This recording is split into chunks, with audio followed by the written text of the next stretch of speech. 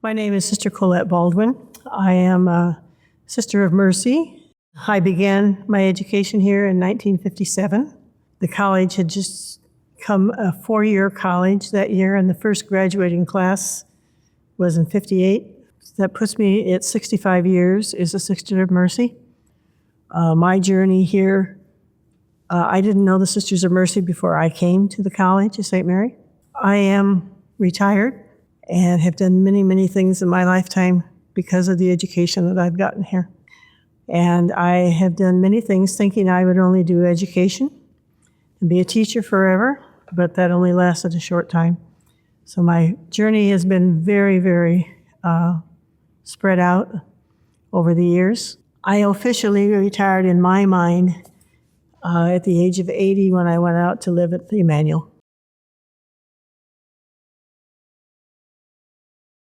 Catherine McCauley is very much a part of Mercy.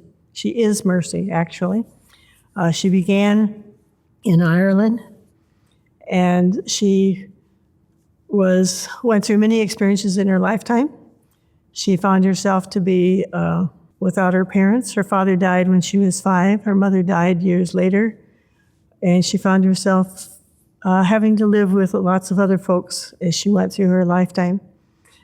Catherine brought together several women after she inherited a large amount of money from one of the people that she took care of, a lady by the name of Catherine also, and her husband. I had the privilege of living in Ireland at the house that Catherine built for 3 years, working on staff. Living in the house, every room had some kind of a memory of Catherine in that house. The thing I really found with Catherine was the hospitality that she wanted to bring to Ireland, to Dublin, and the hospitality that still was being brought when I was living in that house. People from all over the world would come there, so you met with lots of different folks. There's a room in that house that's called Catherine's room. This is where she was when she died, and it's the only room in the house where the original floor did not have to be torn up and replaced, so it's the original floor, but you have the real sense of Catherine there, and there's a lot of memorabilia around about Catherine. And so I try to spend some time every day in that room.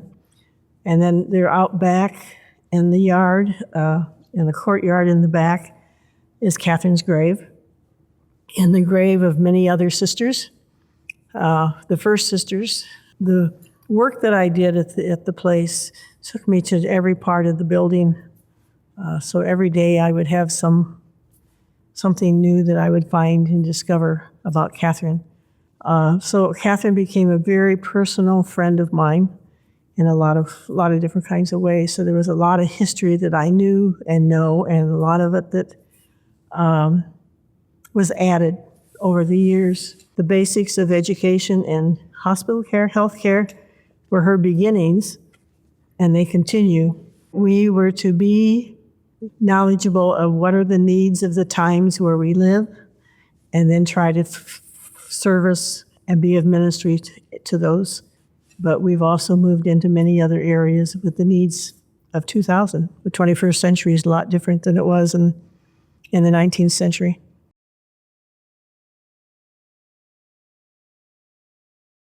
When I first entered the Sisters of Mercy, there was much more division between the different communities. There was just something that captured me about the Sisters of Mercy. As time has gone by, I think one of the things that I have believed and discovered is that the religious communities are really not that much different. Officially, they are, but there's not that much difference between what we do. There's differences in how we do it. There's differences in the accent, or what we call the charism, and what my grandniece called the CAREISM instead of the CHARISM. So the charism, both words, I think, are what makes each community unique. Well, there is a distinction between the nun and sisters, and that basically has to do with the vows. And we have the simple vows: poverty, chastity, obedience, and we also have the vow of service, which makes you Sisters of Mercy unique when you're talking about uniqueness. The other, with a nun, they take a solemn vow, which is a different kind of a promise that is made. And often the nun was in a cloistered area, and the sisters are not always cloistered. But when Catherine established our community, that was a new thing. That was not common to find the sisters out on the streets. So we became known as the walking sisters, which refers to what's outside in the back alley here, or not alley. It was the alley when I was around. But so that was a unique part of who we were, and she did not want to be cloistered. So she didn't want to be a sister. She really just wanted to be a woman being able to do that, and then was told, you need to, if you're going to make this last, you need to come together in a community within the church. And so that's what she did. But there's a lot of commonalities among us as well. And our charism is mercy and everything that has to do with mercy.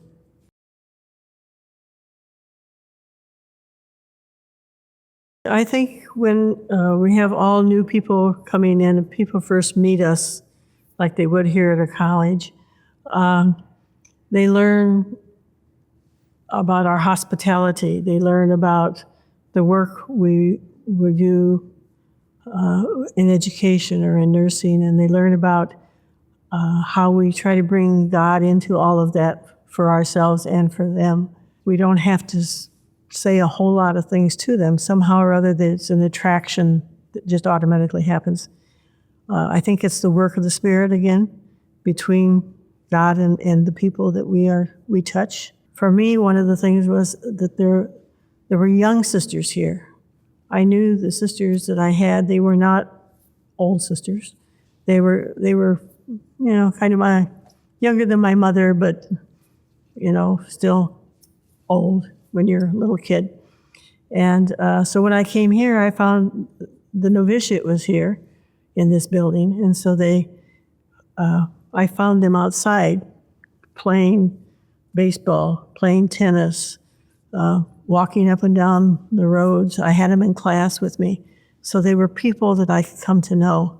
I think that's one of the biggest things that we have in trying to know who we are, is that we are people first, and we are sisters, and we live a particular kind of life, and sometimes it's attractive to people and sometimes it isn't, but we try to be people who can bring wonderful things to other people in mercy.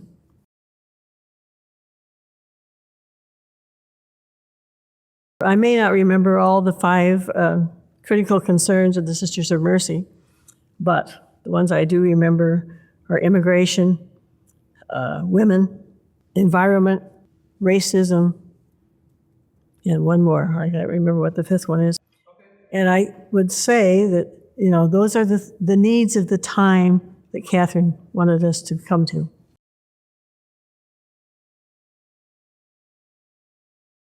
Three of them, for sure, that resonate with me. One is environment. I love being outside. I love working in the dirt and those kinds of things. I can't do much of it anymore, but that was put, the love of that by my parents put that into me by having us do that kind of thing in the yard. The other would be immigration. We are immigrants. My family has a lot of immigrants in it. And so immigration and the love of people and being kind to all people. We're all brothers and sisters, and we're all children of God. And so immigration is very important to me. And racism, and I've attended a couple of racism things sponsored by the community that have really made an impact in my life, and how I have found within my own self some of the moments and some of the things within me and in my words and my actions that are very much against racism. And I have to sometimes, I think I'm pretty much aware of them now that I can catch myself, but occasionally I'll find myself saying something or hearing something and immediately say, this is racism that I'm dealing with. So those three are the three that I have found myself being touched by the most.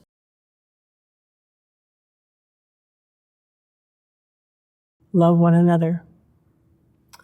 She would say something to them about the providence of God in their lives, and the trust that they need to have in God in all things, especially the hard things. I think she would say something to them about the critical concerns.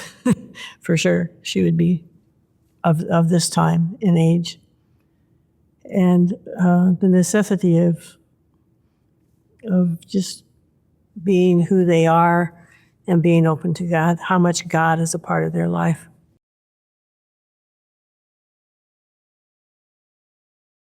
The spirit of mercy, I think, is alive in the campus. I've come for some things, and we came for a prayer thing, and the whole top row of the chapel there was filled with the soccer team, I think it was. And they very much wanted to be a part of it. They're very aware of the needs of the time and how they can be involved in that. That's one of my regrets, I think, probably is when I went to school here, we didn't have an opportunity to do anything like that. We went to school and that was about it. But to be involved in the community and to be involved in sports, to be involved in anything that makes you have to be with other people, and to be able to share all those kinds of things. Catherine would be delighted, and the girls do wonderful things here. I think they are mercy.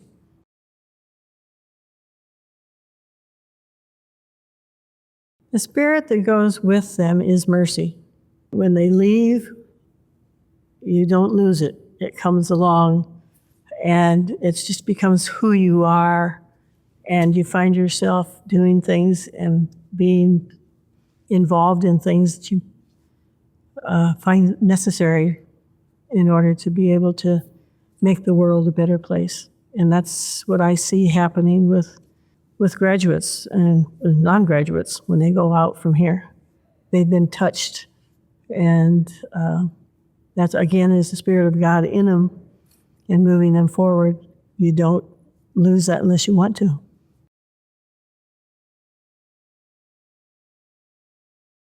In terms of choosing my own vocation that got me to where I am today, probably began when I was in grade school, and I thought I would like to be a sister. I liked what they did. They were part of what I liked that they did, that they got to do things in church that nobody else got to do. And as I came to the college and met another group of sisters, and I met young sisters, and there were opportunities sometimes to be with them and to talk with them. So I had a very good friend from high school, a sister, who happened to be in the school when I was in kindergarten till I was a senior. And so I asked her if I could talk to her about it. And she gave me several good advice, and I've used it for many, many years, many ways. One was not all the flowers in the garden are roses, because then you wouldn't have anything but roses, and other things wouldn't be quite as pretty. And the second was that God not only chooses you or directs you or guides you to a particular vocation, in which case mine was religious life, but God directs you to a particular community of religious life. And so you needed to look at what each of these communities did and which one did I find the most attractive and what was there about that was attractive. Some of it was the spirit of mercy came out for me, and I found that very attractive, and I didn't find it quite as strong in the other communities. I firmly believe that God not only chose me as a religious, but God chose me as a mercy. And God has proven that over and over again in my lifetime with that. I use that sometimes with people, who ask that kind of question. God chose you, and God chose you. Are you married? I don't know. If you were married, God chose you to be married. But of all the women in the whole wide world, you pick that one. Or all the men in the world, you pick one. So it's like, why that one, and why not somebody else? Same thing for us, as we go through that. There's a direction, there's a connection with God, and that connection is very important in terms of how we live our lives, and where we can go from there.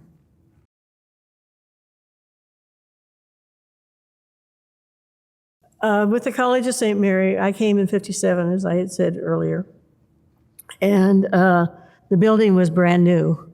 We were like one of the first groups to come in. There was the building and the dorm. Your basics were, education was a huge degree area. There was a little bit of nursing.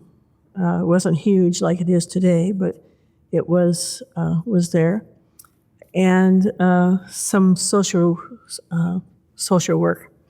Those are pretty much the three areas that you could work in. The building itself, this one whole wing belonged to the sisters, and the sisters lived in that wing, and you didn't go in that wing unless you were a sister. Where the offices were parlors where we could meet with families because we lived here and had to have a space to meet. I came the other day to Mike Poulin's class, and I said, this classroom used to be the snack bar when I went to college, and I used to work in the snack bar. The grounds have grown immensely. The buildings have come. You have an old library. Our library was on the second floor of the hall, Walsh Hall, and you had the snack bar. Well, you have more than a snack bar, but that, and you have a bookstore, and that was all downstairs. So we were very small, but we had a lot of good people and a lot of fun. Had several day students as well as those who were resident students.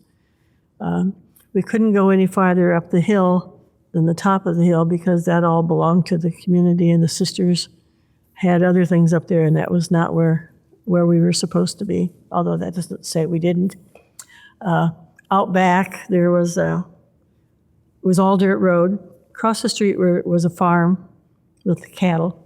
Eventually, Bergen bought some of that land and built the hospital after. That came after I was here. Anyway, there about back, we had to walk every day, go outside and get some fresh air. So there was a tennis court.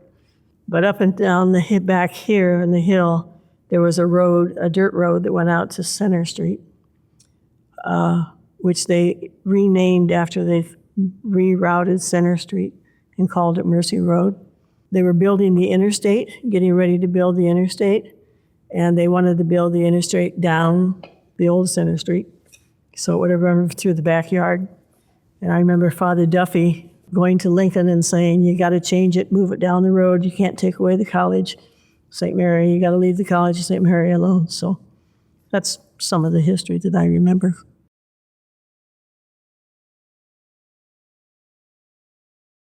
When you think about the Sisters of Mercy, we always were in education. That was one of the things Catherine began with. She had a school in the building that she built for girls who came in from the country in particular to do that. So it's always been a part of the Sisters of Mercy in terms of education.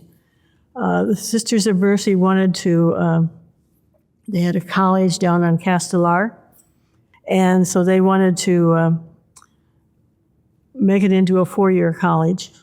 They were able to do that, and so they bought the land and expanded because they wanted to expand the education opportunities for the people of Omaha.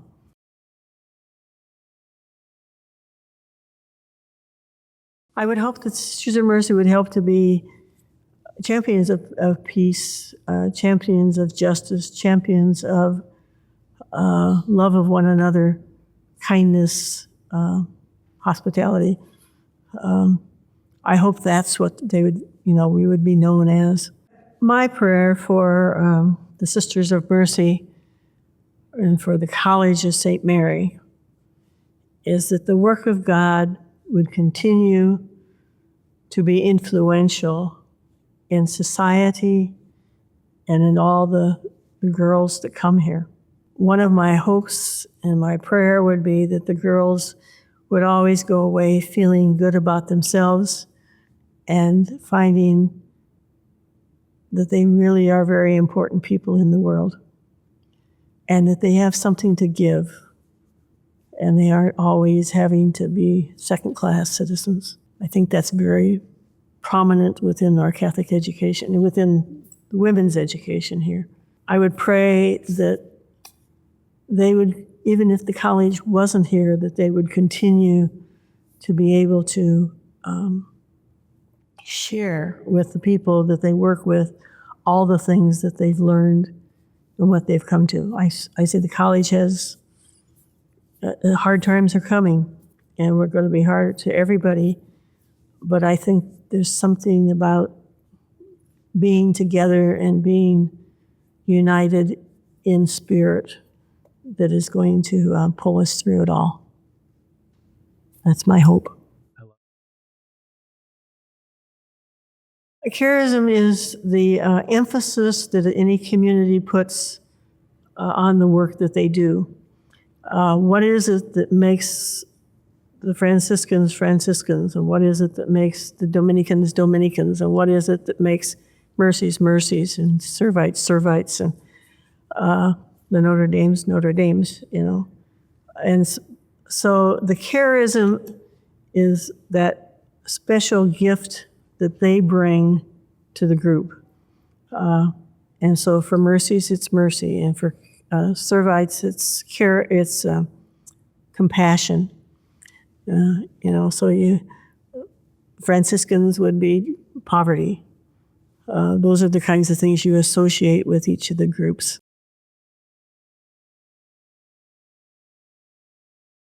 The charism of mercy are the works of mercy: feed the hungry, clothe the naked, pray for the sick, both the spiritual and the corporal works of mercy, visit the imprisoned, all of those kinds of things. Be kind to one another, work for peace.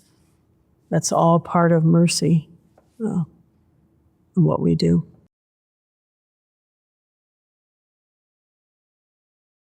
I would just tell her thank you for all the ways in which she helped me to come to be who I am today. The things that she's taught me. Over the years, she's part of my inner child, and periodically I go to the inner child to play, and we go back through some of the things that have been a part of who I am over the years, and this is a part of it. Well, that young lady, it says about 1963, so that would be, it was my first year out as a professed sister. I was what we call temporarily professed, and we had black veil that we could wear. That told you that I was a professed sister. The ring tells me that I am a permanently vowed professed sister. Temporary would be I could go for 3 years or 5 years, and then if I decided this wasn't what I needed, I could leave.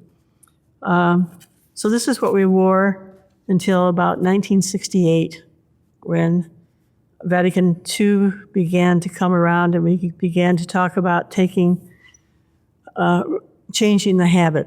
And then we eventually took off the veil and the long dress. The habit that we wore, as with many other communities, was the dress of the women of the time.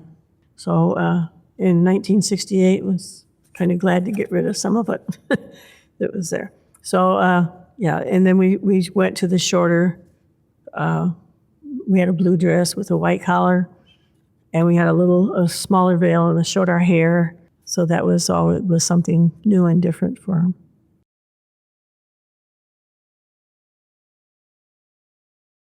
All I can think of is the words of one of the sisters who knew Catherine well. And she said, it's a wonderful thing to be a sister of mercy. And I guess that's what I would say. It's been a gift. It's been a blessing. It's been, sometimes it's hard, but it's been, I wouldn't have traded it for anybody. Not 65 years has been a good time.